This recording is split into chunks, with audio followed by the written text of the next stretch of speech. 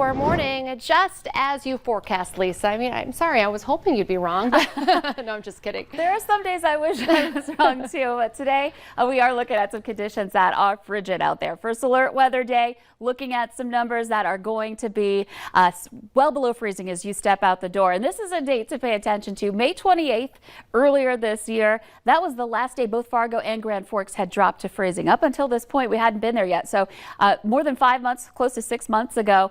And that was, of course, the case until last night, where we saw those temperatures really start to dip. And it's a cold morning in Grand Forks now. We're looking at temperatures there.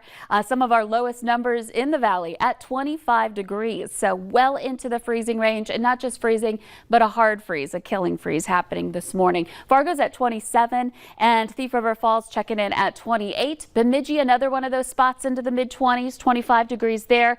And Fergus Falls is at 28. We're looking at 26 in Devil's Lake. So a cold morning everywhere. Most of us have dropped into the 20s. We've got that rain that's moved on, and looking at some conditions that are on the partly cloudy to mostly clear side at the moment, giving us a nice view of that nearly full moon.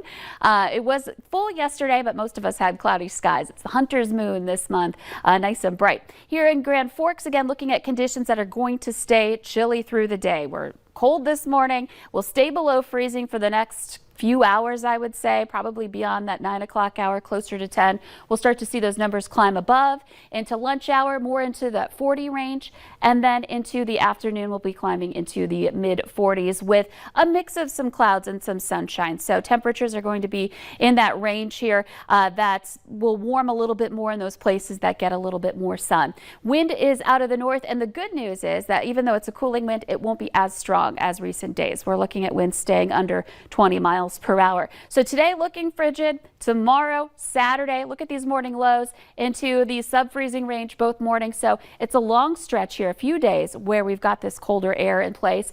And even Sunday will be cool, but we'll be starting to turn things around. There'll be a chance for some showers with that change happening. So this weekend, if you're planning to do some things outdoors, I would say Saturday is the better day as far as keeping dry.